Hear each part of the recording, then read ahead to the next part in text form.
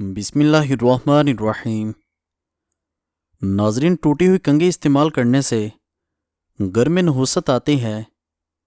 سونے سے پہلے نیم گرم پانی پیا کرو، زندگی بھر گردے خراب نہیں ہوں گے اور نیند سکون کی آئے گی۔ جس کا پیٹ بھینس کی طرح باہر آ جائے وہ لہسن کا تیل اپنے انگوٹھے پر لگا کر اپنی ناف میں لگا دے، ایک ہفتے میں چربی پگھل جائے گی۔ جو لوگ زیادہ تر وقت بیٹھ کر گزارتے ہیں اور ورزش نہیں کرتے، ایسے لوگوں کو فالج کا خطرہ زیادہ ہوتا ہے۔ رنگ گورا کرنا چاہتے ہیں تو دودھ میں کلونجی پیس کر ڈالیں اور ہلکا سا گرم کریں۔ رات کو سونے سے قبل چہرے پر مالش کرو، صبح کو کسی معیاری صابن سے دھو لو، رنگت صاف اور نکھر جائے گی۔ کسی پریشانی کی وجہ سے ماتھے پر ہاتھ رکھ کر مت بیٹھو، گھر میں نحوست آتی ہے۔ کدو کا سالن بنا کر کھانے سے فالج جیسی بیماری دور ہوتی ہے۔ داڑھی رکھو گے تو قوت باہ میں اضافہ ہوتا ہے۔ آلو بھون کر کھانے سے جلد نرم ہو جاتی ہے۔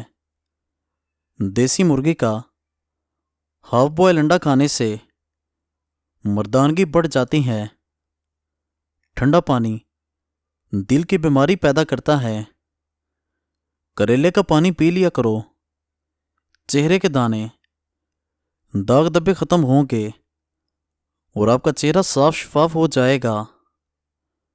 دودھ کے اندر چھوٹی مکھی کا شہد ڈال کر پی لیا کرو، چہرے کی شادابی تا دیر برقرار رہے گی۔